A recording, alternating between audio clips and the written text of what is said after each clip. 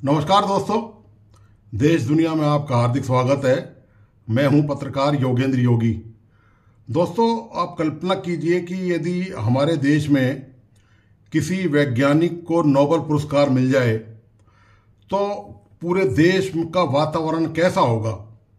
आप इसकी सहज कल्पना ही कर सकते हैं कि यदि हमारे यहाँ कभी ऐसा हो, पूर्व में हो भी चुका है, और यदि कभी ऐसा हो हमारे यहाँ कि किसी फील्ड में यदि किसी को नोबेल पुरस्कार जैसा अंतर्राष्ट्रीय स्तर का जो पहले स्थान पर ख्याति प्राप्त माना जाता है वो पुरस्कार मिल जाए तो पूरा देश जो है वो खुशी से झूम उठेगा और पूरे देश में ऐसा वातावरण होगा जैसे कोई दिवाली का उत्साह मनाया जा रहा हो।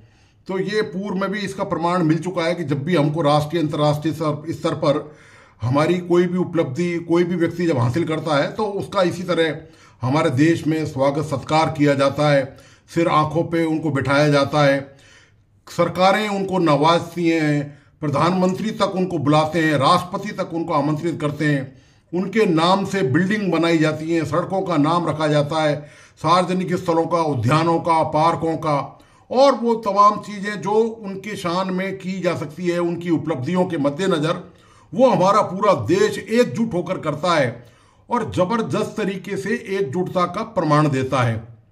लेकिन यदि आप कल्पना करें दूसरी तरफ कि यदि कोई वैज्ञानिक नोबेल पुरस्कार जीत ले और वो डर के मारे अपने देश में वापस नहीं आ सके कि उसकी जान को खतरा है, उसकी जान को खतरा है दोस्तों, वो इसलिए डर के मारे वापस नहीं आ सके।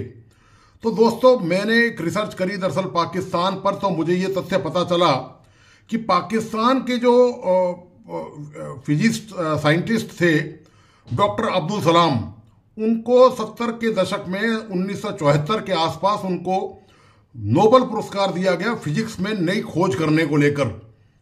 तो लेकिन अब्दुल सलाम की हालत ये हो गई कि वो पाकिस्तान आ नहीं सके लौटकर। वो इसलिए नहीं आ सके क्योंकि उनका यदि यहाँ पर कोई भाषण होता, यहाँ पर कोई सम्मान होता, चूंकि वो अहमदिया मुसलमान थे और अहमदिया मुसलमानों को पाकिस्तान में काफिर समझा जाता है, तो जो काफिर है उसको पाकिस्तान बर्दाश्त नहीं कर सकता था। इस डर की वजह से एक नोबेल पुरस्कार विजेता फिजिक्स का जो नोबेल पुरस्कार मिला अब्दुल सलाम को, वो केवल इस दहशत के मारे, इस डर के मारे पाकिस्तान नहीं लौट सके। और बात दोस्तों केवल यहीं पर खत्म नहीं हुई, मतलब जहालियत की आप हद देखें, मूढ़ता की आप हद देखें, पाकिस्तान की अवाम की, पाकिस्तान की सरकार की आप हालत देखें कि उनको उनके नाम पर, डॉक्टर अब्दुल सलाम के नाम पर कोई भी सार्वजनिक तौर पर ना इमारत है ना सड़क है, यहाँ तक कि उनके द्वारा यूनिवर्सिटी में स्थापित जो फिजिक्स का डिपार्टमेंट था उस तक का नाम वहां पर नहीं करने दिया गया। उनके नाम पर, अब्दुल सलाम के नाम पर वो डिपार्टमेंट का नाम हो, नामांकन होना था, सारी कवायद हो गई, सब कुछ हो गया, पेपर वर्क हो गया। और ये भी एक अजीबो गरीब नज़ारा आपको देखने को मिलेगा, पूरी दुनिया में शायद नहीं मिलेगा, कि अब्दुल सलाम के लिए जो फिजियोथेरेपी का जो डिपार्टमेंट था उसका नाम करने के लिए और उनके नाम से 5 स्कॉलरशिप फिजिक्स में अमेरिका में दिए जाने के लिए, उसका खर्चा सरकार देती, फिजिक्स को और साइंस को तरक्की देने के लिए। तो प्रधानमंत्री नवाज शरीफ की सरकार ने उनको उनके लिए यह बाकायदा अनुमति दे दी और राष्ट्रपति ने उस पर साइन भी कर दिए। दोस्तों, इसके बावजूद भी उस पर अमल नहीं हो सका। आज भी कोई भी इलाका अब्दुल सलाम के नाम से नहीं है, वहां पर ना उनका कोई डिपार्टमेंट है। और वो जो बातें थी कि उनके नाम से फिजिक्स के 5 विद्यार्थियों को पाकिस्तान के अमेरिका फिजिक्स के में शोध करने के लिए भेजा जाएगा, वो सब बातें दोस्तों वो फाइलों में दब के रह गई और वो पेपर फाड़ के फेंक दिया गया। तो ये हालत है कि अब्दुल सलाम के लिए जब ये कहा गया कि वो यदि यहाँ पाकिस्तान में भाषण करने आते हैं, क्योंकि निश्चित तौर पर जब उनका स्वागत सत्कार होगा, उनको पुरस्कार मिला है, नोबेल पुरस्कार मिला है और उनका स्वागत सत्कार होगा, तो वो कहीं ना कहीं उनका संबोधन भी होगा आम लोगों के बीच में। तो वो जो दूसरे वहां पर जो लोग हैं वहां पर, यानी कि आप जानते हैं कि पाकिस्तान कितने हिस्सों में बटा हुआ है, शिया, सुन्नी, अहमदिया और इस तरह के बरेलवी और इन तमाम जो तबकों में पाकिस्तान बटा हुआ है।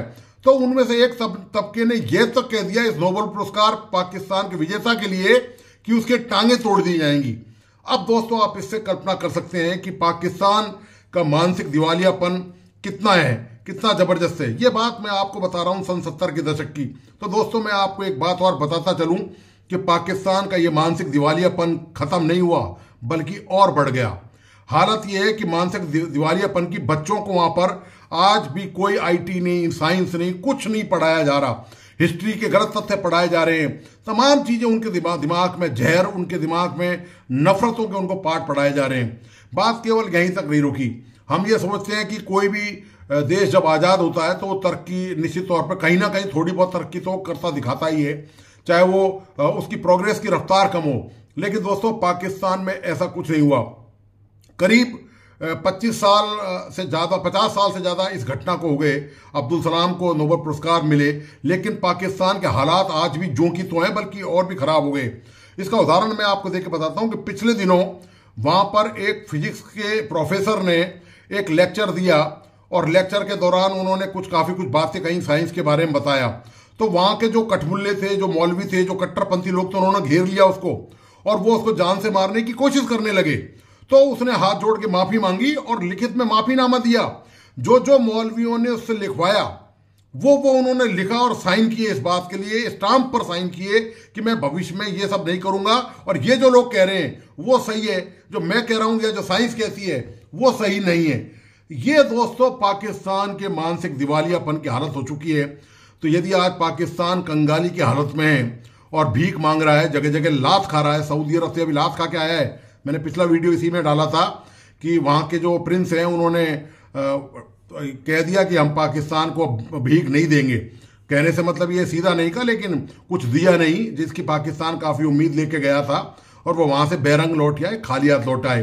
पाकिस्तान केवल अपनी अर्थव्यवस्था का गुजारा IMF से बार बार लोन लेके कर रहा है और थोड़ी बहुत चाइना से भीख की तरह मदद मांग रहा है, क्योंकि चाइना का वो पिछलग्गू है और पिटलग्गू है। तो ये दोस्तों पाकिस्तान की हालत है।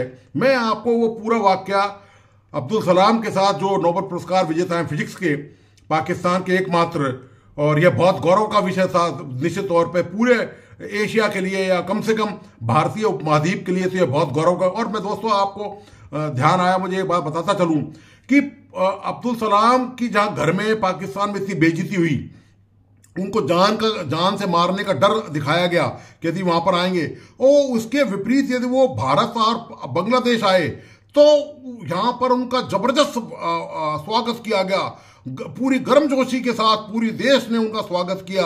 उस समय की जो भी सरकार थी, उस समय के जो लोग थे, उन्होंने जबरदस्त अब्दुल सलाम का यहाँ पर स्वागत किया, उनका मान सम्मान किया गया और उनकी यहाँ पर स्पीच भी हुई होगी निश्चित तौर पर। और इसी तरह बांग्लादेश में जब वो गए तो वहां भी उनका जबरदस्त स्वागत सत्कार किया गया। लेकिन जब ये बात पाकिस्तान में उस समय के जो सैनिक तानाशाह थे जिया उलक, उनको जब पता चली जिया उलक को कि वहां ऐसा सा हुआ है, तो वो शर्म से डूब गया। उन्होंने कहा कि भाई क्या मुंह दिखाएंगे पूरी दुनिया को। तो उन्होंने वो पाकिस्तान निशान का कोई अवार्ड वगैरह इस तरह उनके नाम पर वहां घोषित किया और इस तरह उनको कुछ दिया गया, बताया। ये दोस्तों पाकिस्तान की हालत हो चुकी है। पाकिस्तान में दोस्तों कोई फर्क नहीं आया है वहाँ के लोगों की सोच में, वहाँ की सरकार में, वहाँ के कठमुल्लाओं में, मौलवियों में, जो मदरसों में बच्चों को तालीम देते हैं, उनकी हालत आप जानते हैं। उनको मानसिक बीमार किया जा चुका है और वो लगातार कर रहे हैं। मैं आपको ये वीडियो दिखाता हूँ कि ये जो जानकारी है ये दरअसल अब्दुल सलाम के एक परम शिष्य थे जो प्रोफेसर हैं फिजिक्स के पाकिस्तान में। उन्होंने ये पूरा दृष्टांत बताया, कहीं पर इसका रेफरेंस दिया। तो मैंने इस पर फिर रिसर्च करना स्टार्ट किया, तो उसके बारे में मैंने वो पूरी सामग्री निकाली और वो आपके सामने उनकी जो वार्तालाप है वो आपके सामने पेश है कि किस तरह से अब्दुल सलाम कैसे, कहाँ से, किस गांव में हुए, कहाँ उनकी शिक्षा दीक्षा हुई, कैसे उन्होंने फिर फिजिक्स में अपना रुझान दिखाया, किस तरह से वो विदेश गए पढ़ने और वहाँ पर उन्होंने PhD करी और फिर उन्होंने ऐसी कौन सी खोज करी जिसके लिए उनको फिजिक्स का नोबेल पुरस्कार दिया गया। तो आप मेरे साथ चलिए, मैं आपको वीडियो दिखाता हूँ पूरा। आप उस वीडियो का लुत्फ उठाइए और देखिए कि ये दुर्भाग्य है कि इस वैज्ञानिक जमाने में जब पूरी दुनिया नई ऊंचाइयां छू रही है, नए से नई रोज वैज्ञानिक खोज कर रहे हैं, वहां पर एक देश ऐसा भी है जिसने अपने नोबेल पुरस्कार विजेता के साथ ऐसा काम किया है कि उसको जान से मारने की धमकियां मिली गई, उसके पैर तोड़ने की धमकियां दी गई उसको। तो आप दोस्तों इस वीडियो को प्लीज आखिर तक देखिए और इसे अपने दोस्तों और परिजनों को शेयर करना नहीं भूलें, इस YouTube चैनल को लाइक सब्सक्राइब करना और प्लीज बेल आइकॉन का बटन जरूर दबाएं। धन्यवाद, नमस्कार। With that name. Professors Sheldon Glashow, Abdus Salam, and Steven Weinberg.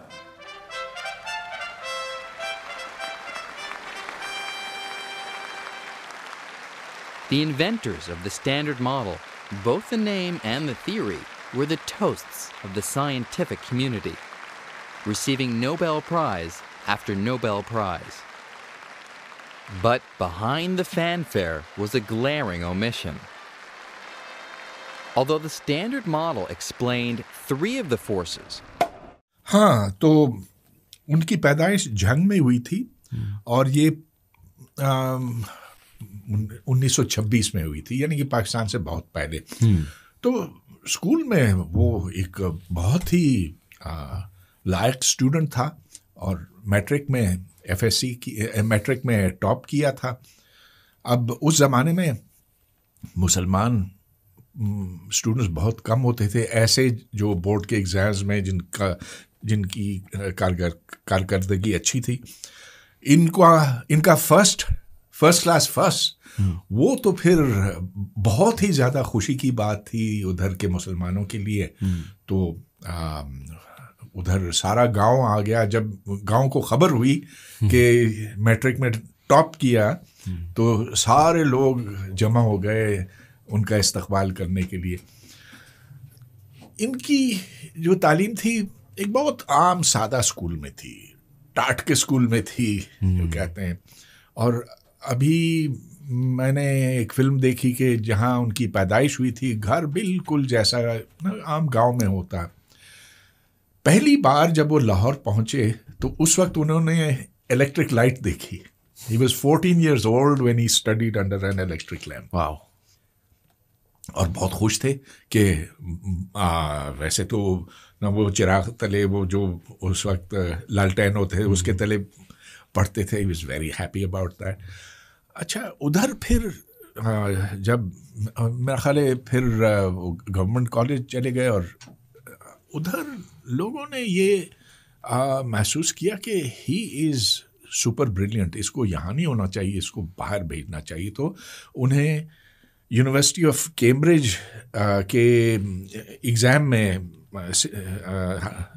Appear होने का मशवरा दिया गया और उसमें बहुत कामयाब रहे।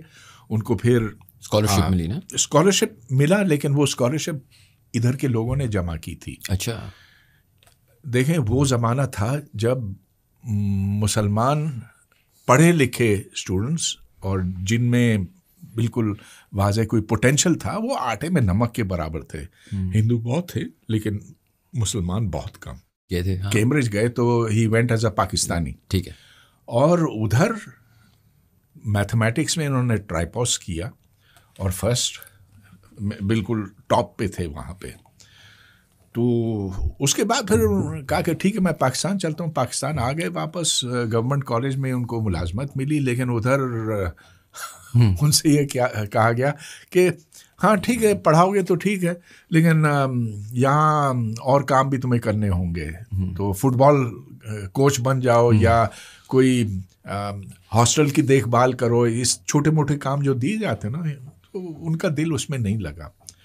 बहरहाल मैं समझता हूँ कि जो वक्त उन्होंने पाकिस्तान में गुजारा ना, वो कोशिश थी उनकी तरफ से कि यहाँ भी कुछ प्रोफेशनली किया जाए, लेकिन यहाँ तो कोई चांस ही नहीं था। कोई किसी तरह की साइंस उस वक्त थी नहीं, आज भी बहुत कम है, लेकिन उस वक्त तो ना होने के बराबर थी। तो फिर वो PhD के लिए वापस चले गए।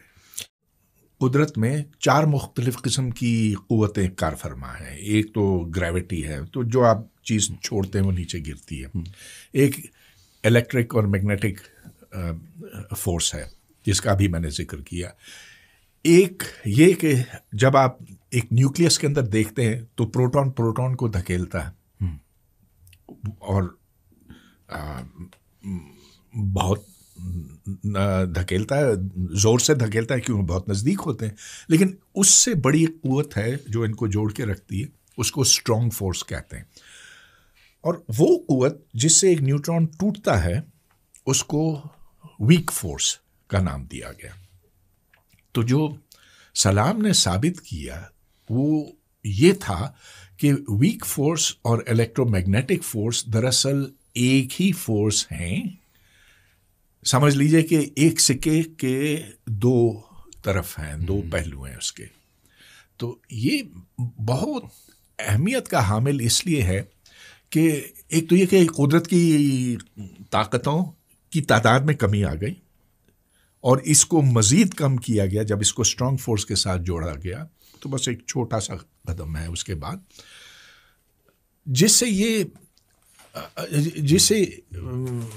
ये भी पता चलता है कि कायनात की इब्तदा में जो मराइल थे उनमें मादा मैटर किस किस्म का था और वो किन मराहिल से गुजरा। How did we arrive at the world of today starting from the big bang. तो ये बड़ी अहम डिस्कवरी थी। अब आप कोई सा भी पार्टिकल फिजिक्स की किताब खोलें या कोई सा भी पेपर देखें, you will find a reference to Salam and Weinberg. ये जो दो इसके मौजूद थे, ग्लैशाउ भी, but that's a separate thing. Pakistan में एक बड़ी कमी रही है, पहले भी थी, आज भी है। मैं नहीं कह रहा हूँ कि कुदरती सलाहियतें हमारी कम है, लेकिन जिस तरह की हमारी जहन साजी होती है, आज आप देखें 76 साल के बाद भी पूरी दुनिया में आपको एक भी नामवर पाकिस्तानी मैथमेटिशियन नहीं दिखाई देता। क्यों?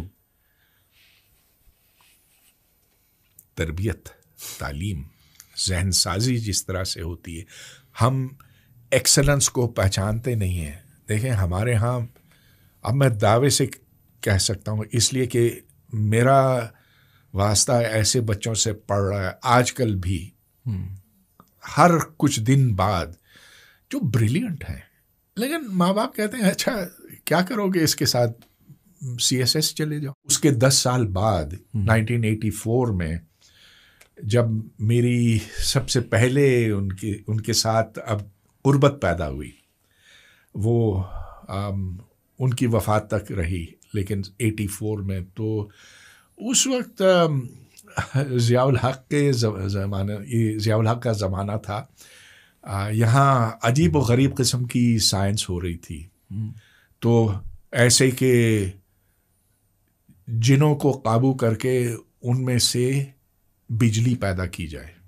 ये हमारे एटॉमिक एनर्जी कमीशन के डायरेक्टर थे सैयद बशीरुद्दीन महमूद, सैयद बशीरुद्दीन महमूद, जिनकी ये तजवीज़ थी कि अल्लाह ताला ने आपको और मुझको तो मिट्टी से बनाया है ना, फरिश्तों को और जिनों को आग से बनाया है, वो एक आतिशी क़ुव्वत है, जमा कर लो उनको और पाकिस्तान के जो तवानाई के मसाइल है, बिजली के मसाइल है, वो हल हो जाएंगे। इस तरह की नॉनसेंस उस ज़माने में बहुत आम हो गई थी इस्लामिक साइंस के नाम से। तो मैंने इसके ऊपर एक मजमून लिखा और इत्तफाक की बात है कि जब मैं international centre for theoretical physics, जो अब्दुल सलाम का बनाया हुआ था, वहाँ पहुँचा तो किसी ने वो मजमून मेरा सलाम तक पहुँचाया और वो उससे बड़े महजूज हुए। फिर उन्होंने बुलाया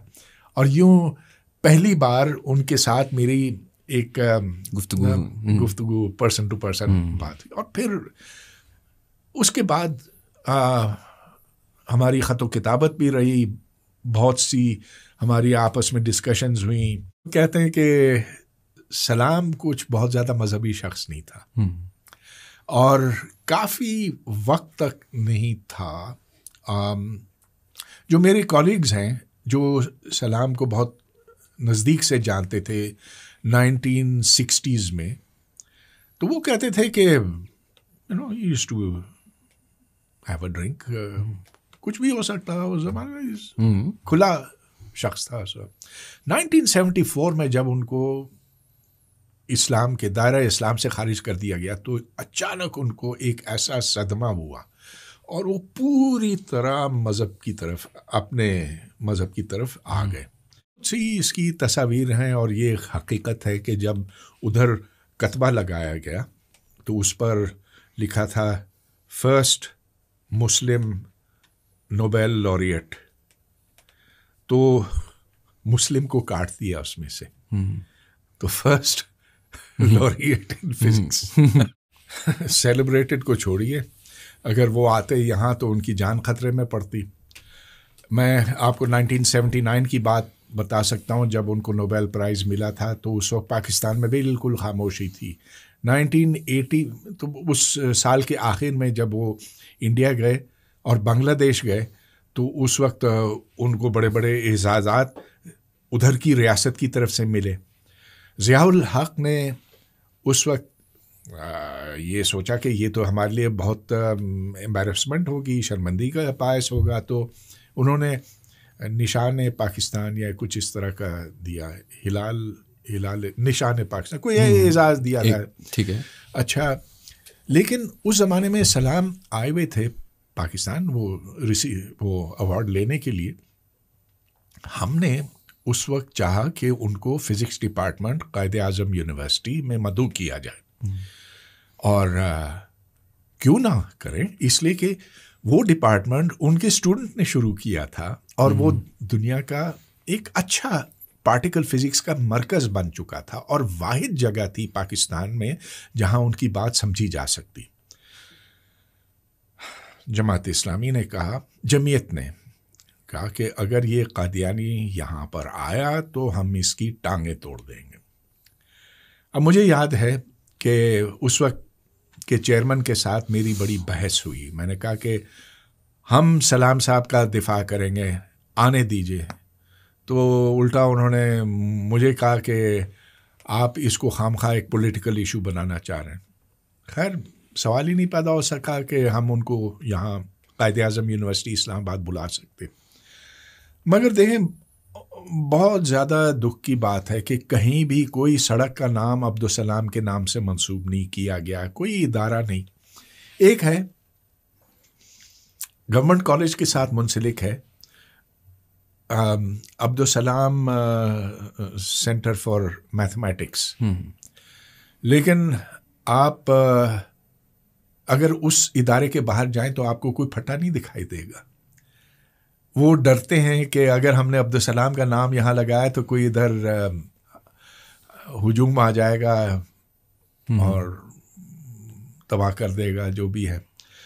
और तो और आपको अब्दुल सलाम का कोई निशान कायद-ए-आज़म यूनिवर्सिटी में भी नहीं दिखाई देगा, जिसके फिज़िक्स डिपार्टमेंट को रियाजुद्दीन ने शुरू किया। रियाजुद्दीन उनका स्टूडेंट था। बिल्कुल। अच्छा, पिछले 20 साल से एक किस्सा है, मैं आपको अभी बताना चाह रहा हूँ, बड़ा अहम है, और इससे आपको पता चलेगा कि जो मजहबी तासुब हमारे अंदर कूट कूट के भरा गया है वो किस कदर गहरा है, और मुझे नहीं पता कि उससे कैसे छुटकारा हासिल किया जाए। तो 20 साल से हमने ये कोशिश की थी कि जो नेशनल सेंटर फॉर फिजिक्स है कायद-ए-आज़म यूनिवर्सिटी में, उसका नाम बदला जाए, Abdul Salam centre for physics रखा जाए। अरे भाई, सारी दुनिया में अगर अब्दुल सलाम की धूम है तो कम से कम कुछ तो होना चाहिए ना। तो खैर, ये 1996 की बात है। मैं अपनी मायूसी का इजहार कर रहा था जियो टीवी के एक प्रोग्राम में। मैंने बताया कि सारी दुनिया में ये सलाम को इस तरह से रिकग्नाइज किया गया है, सड़कों के नाम रखे गए हैं स्विट्ज़रलैंड और फ्रांस में सलाम के नाम पर, कंप्यूटर नोड्स के नाम अब्दुल सलाम से मंसूब किए गए, लेकिन हमने यहाँ पर कुछ नहीं किया। और मैंने फिर ये भी कहा कि नेशनल सेंटर फॉर फिजिक्स जो इधर कायद-ए-आज़म यूनिवर्सिटी में है, उसको रीनेम करने में भी हम नाकाम रहे। तो खैर, वो जियो की DSNG आई थी, चली गई, और उसके आधे घंटे के बाद मुझे फ़ोन आया। ये नवाज शरीफ का सेक्रेटरी था, 1996 की बात कर रहा हूँ। उसने कहा कि मियाँ साहब ने आपकी बात सुनी, तो आपसे वो ये कह रहे हैं कि आप एक प्रपोज़ल लिखें कि नाम तब्दील किया जाए, अब्दुल सलाम के नाम पे कर दिया जाए, और साथ 5 स्कॉलरशिप्स दिए जाएं अमेरिका में फिजिक्स पढ़ने के लिए, अब्दुल सलाम के नाम से मंसूब। मैं अपने दफ्तर भागा, एकदम मैंने प्रपोजल तैयार किया, ईमेल कर दिया, घंटे के अंदर 3 हफ्ते बाद वो मंजूर हो गया। अखबारात में ये आ गया कि नाम तब्दील हुआ। शायद मैं आपको बता सकता हूँ, मेरे पास वो सारे सरकारी दस्तावेजात हैं, signed by the president of Pakistan Mamnoon Hussain, signed by the prime minister of Pakistan Nawaz Sharif, फिर शायद आना हो, लेकिन मैं 96 की बात कर रहा हूँ, signed by this, signed by that, वो सारा प्रॉपर चैनल के थ्रू। और ये नेशनल सेंटर फॉर फिजिक्स भेजा गया। उन्होंने पता क्या किया? फाड़ के फेंक दी। क्यों? कादियानी के नाम पे हम एनसीपी का नाम नहीं रख सकते।